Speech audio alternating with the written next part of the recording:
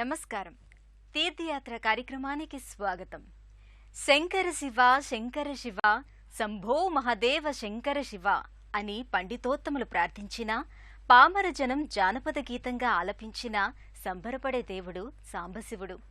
త్రినేత్రుడు ఎంత పెద్ద క్షేత్రంలోనైనా, మరెంత చిన్న గుడిలోనైనా శంకరా అని ఆర్తిగా పిలిచిన వారిని అభయమిదేనురా అంటూ ఆదుకునే భక్తవ శంకరుడు. ఆ పరమశివుడు గుంటూరు జిల్లా పెదకాకానిలో మల్లేశ్వర స్వామిగా కొలువయ్యారు. నేటి తీర్థయాత్రలో పెదకాకాని శైవక్షేత్రాన్ని దర్శించుకుందాం రండి.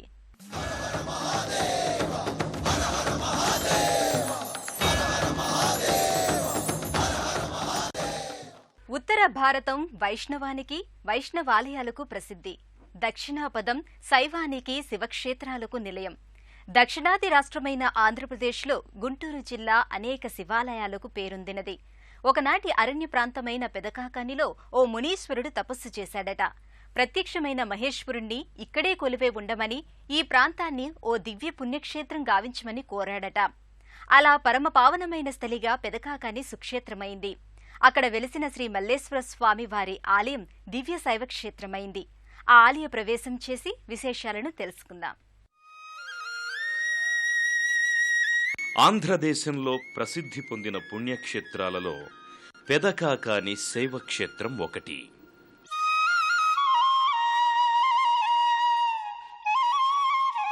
గుంటూరుకు 7 కిలోమీటర్ల దూరంలో ఉన్న పెదకాకాని గ్రామంలో వేంచేసియున్న మల్లేశ్వర స్వామివారు ఆశ్రిత భక్త కల్పవృక్షంగా వెలుగొందడం జగద్విఖ్యాతమైన అంశం. ప్రాచీన కాలంలో కాకాని ప్రాంతమంతా అరణ్యంగా ఉండేది. ఒక మునీశ్వరుడు ఇక్కడి ప్రకృతి శోభను చూసి తపస్సుకు అనువైన ప్రాంతంగా భావించి పరమేశ్వరుని గురించి తీవ్రమైన తపస్సు గావించాడు. పరమశివుడు ముని తపస్సుకు సంతసించి ప్రత్యక్షమై వరం కోరుకోమన్నాడు. ముని శివుడిని అనేక విధాలుగా స్తుతించి తాను తపస్సు చేసిన ప్రదేశం పుణ్యక్షేత్రంగా ప్రసిద్ధికెక్కాలని, మహేశ్వరుడు లింగస్వరూపంగా నిలవాలని ప్రార్థించాడు. శివుడు ఆ విధంగానే వరాన్ని అనుగ్రహించాడు. త్రేతాయాదండకారణ్యే స్థిత కృష్ణా నదీతటే శ్రీమల్లేశ్వర సుక్షేత్రం కాకాసుర ప్రతిష్ఠితం శివలింగార్చనం కృత్వా శ్రీరామః కృష్ణ ఫల్గుణౌ అప్రాప్నువన్మహాభక్త్యా దివ్యాస్త్రాణి మహంతి వై. భరద్వాజ మహర్షి ఒకసారి పుణ్యక్షేత్రాలు దర్శిస్తూ తీర్థాలు సేవిస్తూ కాకాని ప్రాంతానికి వచ్చి దివ్య శివలింగాన్ని దర్శించి అక్కడే ఒక యజ్ఞం చెయ్యాలని భావించాడు. భరద్వాజ సంకల్పానుసారంగా యజ్ఞానికి కావలసిన సంభారాలు సిద్ధమయ్యాయి. వేద విహితంగా జరిగే ఈ యాగంలో దేవతల కోసం సమర్పించే హవిస్సులను ఒక కాకి వచ్చి తినడం ప్రారంభించింది. భరద్వాజుడు ఇది చూసి యజ్ఞం దోషభూయిష్టమవుతుందని భావించి కాకిని నిగ్రహించాలని ప్రయత్నించాడు. అప్పుడా కాకి మనుష్య భాషలో మాట్లాడుతూ, బ్రహ్మవరం వల్ల హవిస్సులను స్వీకరించే శక్తిని పొందాను. నేను రాక్షస జాతికి చెందిన వాడిని. ఒక ముని శాపం వల్ల కాకి రూపం పొందాను. కాకాసురునిగా తిరుగుతున్నాను. నేను హవిస్సులు తీసుకోవడం వల్ల యజ్ఞం సర్వసంపూర్ణమై సత్ఫలితాన్నిస్తుంది. మీరు యజ్ఞానంతరం అవబృధ స్నానం చేస్తారు. ఆ జలాన్ని నా మీద ప్రోక్షణ చేస్తే నాకు ముక్తి కలుగుతుంది అని ఆ కాకి పలికింది. భరద్వాజుడు యజ్ఞం అయిన పిమ్మట అవబృధ జలాన్ని కాకి మీద ప్రోక్షణ చేయగా అది తెల్లగా మారిపోయింది. తరువాత దివ్యలింగాన్ని మల్లికా పుష్పాలతో అర్చించింది. మల్లెపూలతో పూజింపబడిన లింగం కనుక స్వామివారికి మల్లేశ్వర స్వామి అనే పేరొచ్చింది.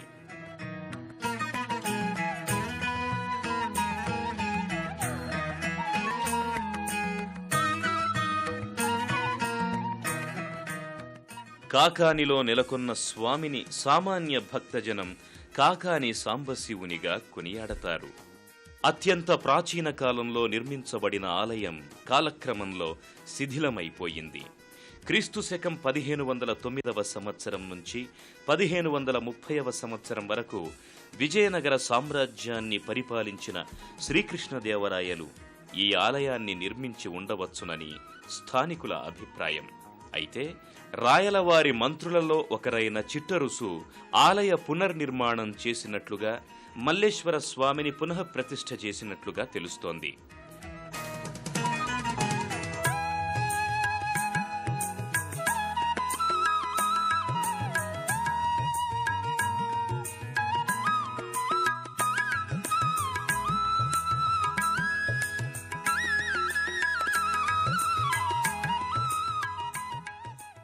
సువిశాలమైన ప్రాంగణంలో పావనమైన మల్లేశ్వర స్వామి వారి ఆలయం నెలకొని ఉన్నది.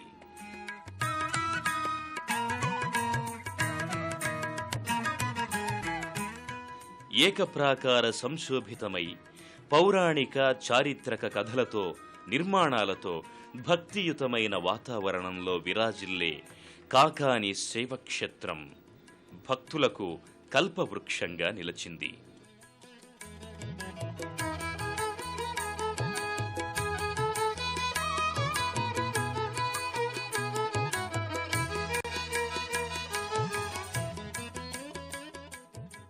భక్తవశంకరుడు కాకాని క్షేత్రములో మల్లేశ్వరుడిగా, సాంబశివుడిగా అవతరించటానికి అనేక పురాణగాథ విశేషాలు నేపథ్యంగా ఉన్నాయి.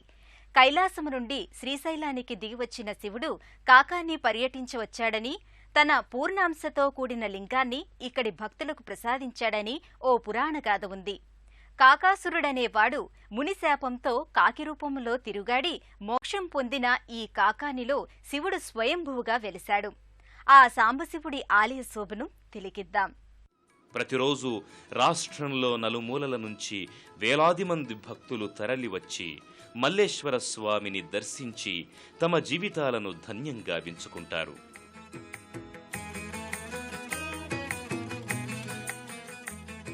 శైవ ఆగమ శాస్త్రానికి అనుగుణంగా వివిధ కాలాలలో ఆలయాన్ని భక్తులు అభివృద్ధి చేయడం జరిగింది.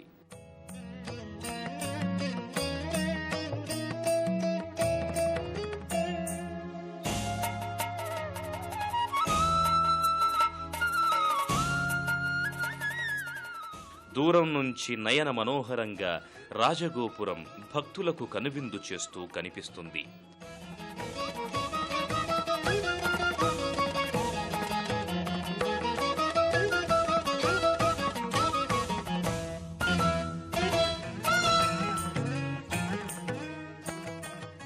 నమఃశివాయ అనే పంచాక్షరీ మంత్రానికి ప్రతీకగా 5 అంతస్తులతో 5 శిఖరాలతో రాజగోపురం గంభీర సుందరంగా దృశ్యమానమవుతుంది.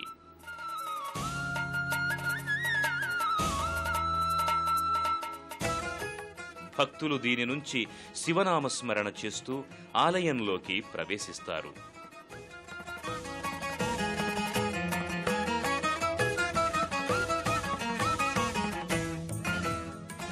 ఆలయం చుట్టూ భక్తి ప్రపత్తులతో ప్రదక్షిణాలు చేసి భక్తులు ముందుగా నందీశ్వర మండపానికి వస్తారు.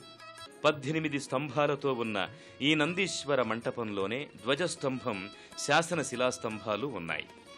ఇక్కడున్న నందీశ్వరుని విగ్రహం ప్రాచీనమైనది, మహత్వపూర్ణమైనది. భక్తులు ఈ నందీశ్వరునికి నమస్కరించి ముఖమంటపంలోకి వెళతారు.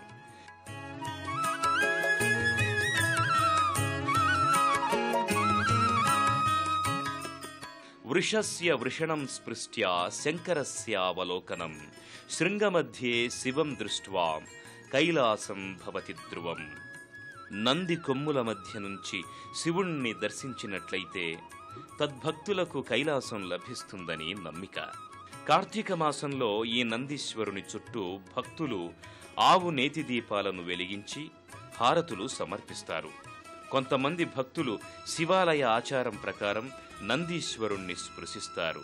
చాంపేయ గౌరార్ధ శరీరికాయై కర్పూర గౌరార్ధ శరీరకాయ చాంపేయ గౌరార్ధ శరీరికాయై కర్పూర గౌరార్ధ శరీరకాయ. శివ శివ అనవో మనసా శివనామస్మరణే జగద్రక్ష అని భక్తులు మనసా వాచా నమ్ముతారు. స్మరిస్తేనే ఎంతో పుణ్యఫలం దక్కుతుంటే ఆ శంకరుడి దివ్యమంగళ స్వరూపాన్ని దర్శించుకుంటే మరెంత పుణ్యమో గదా. మల్లెపూలతో పూజలంటే సాంబయ్యకు భలే ఇష్టం. అందుకే మల్లేశ్వరుడయ్యాడు. అంబతో సహా కొలువయ్యాడు కనుక సాంబశివుడు అనిపించుకుంటున్నాడు. గర్భాలయంలో ఆ కాకాని సాంబశివుని దివ్య దర్శనం చేసుకుని పునీతులమవుదాం రండి. ముఖమంటపం నుంచి భక్తులందరికీ మల్లేశ్వర స్వామి దివ్యలింగ దర్శనం లభిస్తుంది. ఈ ముఖమంటపంలో చిన్న నందీశ్వర విగ్రహం ఉంటుంది. చతుత్సంభ సహితమైన ముఖమంటపం తరువాత అంతరాలయం, దీని తరువాత గర్భగుడి మనకు కనిపిస్తుంది.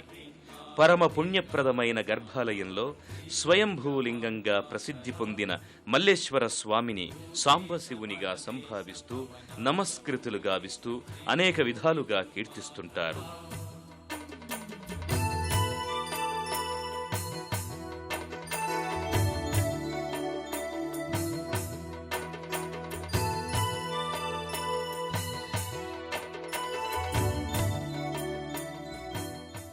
నజానామి యోగం జపం నైన పూజాం నలోహం సదా సర్వదా శంభుతుభ్యం జరాజన్మ దుఃఖౌషు తాతప్యమానం ప్రభోపాహి ఆపన్నమామీశ శంభో. మల్లేశ్వరుని దర్శించిన పిమ్మట భక్తులు అర్చనలు చేయించి తమ ఆపదలను తొలగించి వ్యాధులను నివారించి శుభ సౌభాగ్యాలను కలిగించిన సాంబశివుడిని పదే పదే తలుచుకుంటూ పరమానందం పొందుతారు. సిగతరగ ఎగసి పడ శశి తునక మురిసి పడ శివ పదమునట సదనమాయే. గర్భాలయానికి దక్షిణ భాగంలో ఉన్న ఉపాలయంలో భద్రకాళీ సహితుడై వీరభద్రస్వామివారు, ఉత్తర భాగంలో ఉన్న ఉపాలయంలో దివ్యశక్తి ప్రభు సంపన్నురాలైన భ్రమరాంబికాదేవి వెంచేసియున్నారు. అమ్మవారిని భక్తులు వివిధ సందర్భాలలో అనేక విధాలుగా అర్చించి తరిస్తుంటారు.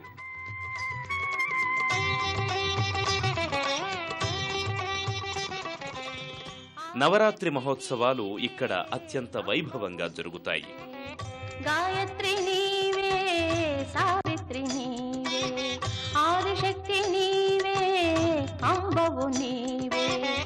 గాయత్రి నీవే, సావిత్రి నీవే, దుష్ట శక్తులకి భీకరము. దివ్య కళలతో తొణికిసలాడే అమ్మవారిని భక్తులు వివిధ సుగంధ పుష్పాలతో కుంకుమార్చనలు చేసి తమ భక్తి భావాన్ని వెల్లడి చేసుకుంటారు.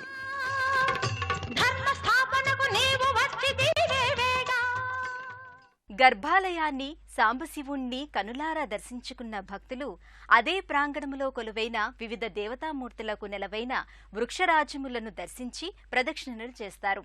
అక్కడ ప్రతిష్ఠించిన నాగశిలా విగ్రహాలను సభక్తికంగా కొలిచి తమ కోర్కెలను నివేదిస్తారు.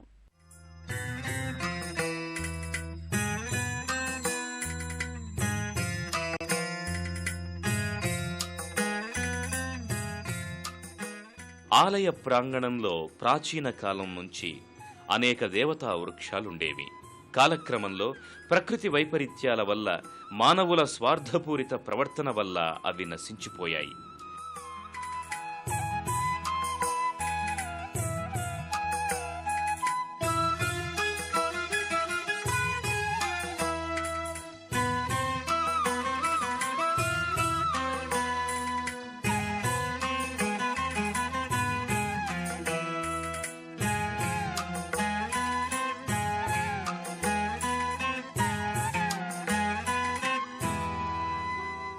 తరువాతి కాలంలో కొంతమంది భక్తులు తమ భక్తి కొలది రావి, వేప చెట్లను నాటి పెంచి పోషించారు.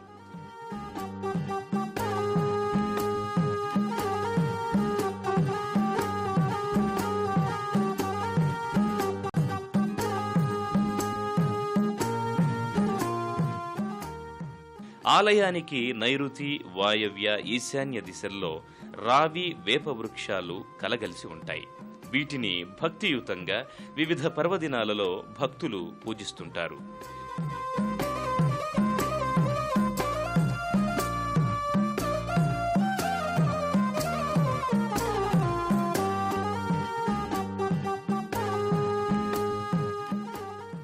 నింబవృక్ష దేవతాయై నమః అని వినయంగా వేప వృక్షానికి, మూలతో బ్రహ్మరూపాయ మధ్యతో విష్ణురూపిణే అగ్రత శివరూపాయ వృక్షరాజాయతే నమః అని రావి చెట్టుకు నమస్కరిస్తారు.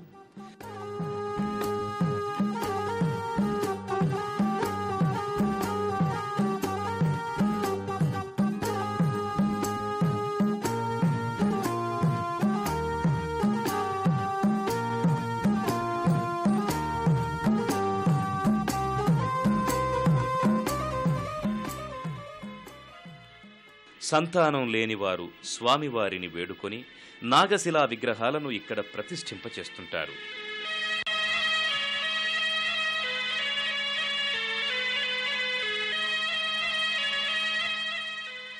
ఈ విధంగా చేయడం వల్ల సత్సంతానం కలుగుతుందని భక్తుల విశ్వాసం. ఇదే కాకుండా ఆలయం చుట్టూ 108 ప్రదక్షిణలను 40 రోజులు చేస్తే కూడా సంతానం కలుగుతుందని స్థల పురాణం ద్వారా తెలియవస్తుంది. వృక్షమూల దేవతలను నాగశిలా మూర్తులను దర్శించుకున్న భక్తులు నవగ్రహాలయ దర్శనార్థం రాహు కేతు మంటపానికి వెడతారు. గ్రహశాంతులునర్చి తమ ఈతి బాధలు తొలగించమని ప్రార్థిస్తారు. ఇంకా అనేక విశేష పూజలు నిర్వహిస్తారు. మానవుల జన్మకర్మలకు విధాత రాసిన వ్రాతలకు అనుగుణంగా నవగ్రహాలు మానవుల మీద తమ ప్రభావాన్ని చూపుతుంటాయి. తమ జీవితాలలో కలిగే దోషాలను తొలగించాలని నవగ్రహాలను భక్తులు సభక్తిపూర్వకంగా వివిధ రీతుల్లో అర్చిస్తుంటారు.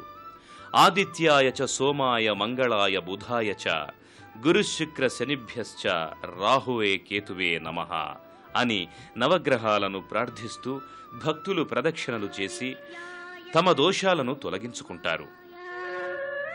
మంగళాయ బుధాయ చ గురు శుక్ర శనిభ్యశ్చ రాహవే కేతవే నమః.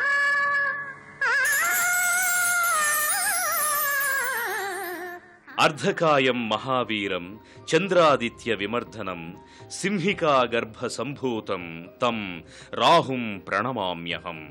పలాశ పుష్ప సంకాశం తారకా గ్రహమస్తకం రౌద్రం రౌద్రాత్మకం ఘోరం తం కేతుం ప్రణమామ్యహం.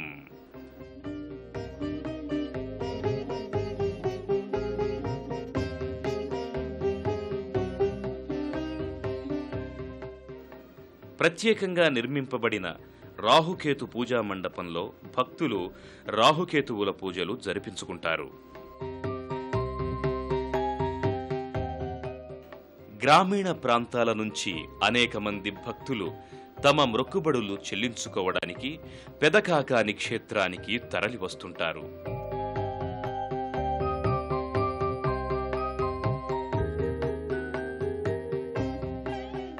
పాల పొంగళ్లు వండి స్వామివారికి నివేదించి ప్రసాదంగా తరువాత అందరూ స్వీకరిస్తారు. భక్తులకు కొంగు బంగారంగా, ఆర్తులకు చందన చర్చగా, రోగులకు దివ్యౌషధంగా, పరమ భక్తులకు పుణ్యధామంగా, శివభక్తులకు సాక్షాత్తు కైలాసంగా ప్రసిద్ధి వహించిన కాకాని ఆలయ దర్శనం సర్వపాపహరం, అధిక పుణ్యప్రదాయకం, సకల సౌభాగ్యకరం. భక్తులకు కొంగు బంగారంగా, ఆర్తులకు చందన చర్చగా, రోగులకు దివ్యౌషధంగా, పరమ భక్తులకు పుణ్యధామంగా, శివభక్తులకు సాక్షాత్తు కైలాసంగా కాకాని ఆలయాన్ని భావిస్తారు. సర్వ పాపాలను హరించి సకల సౌభాగ్యాలను ప్రసాదించే ఆ పరమశివుని కరుణాకటాక్ష వీక్షణాలు మనందరిపైన ఉండాలని కోరుకుంటూ మరో తీర్థయాత్రలో మళ్లీ కలుసుకుందాం. అంతవరకు సెలవు. నమస్కారం. పుణ్యక్షేత్రాల దర్శనం, అపురూప ఆలయాల సందర్శనం, తీర్థయాత్ర కార్యక్రమాన్ని ఇప్పుడు యూట్యూబ్ ఆన్లైన్లో www.youtube.com/ETV News లింక్ ద్వారా కూడా వీక్షించండి.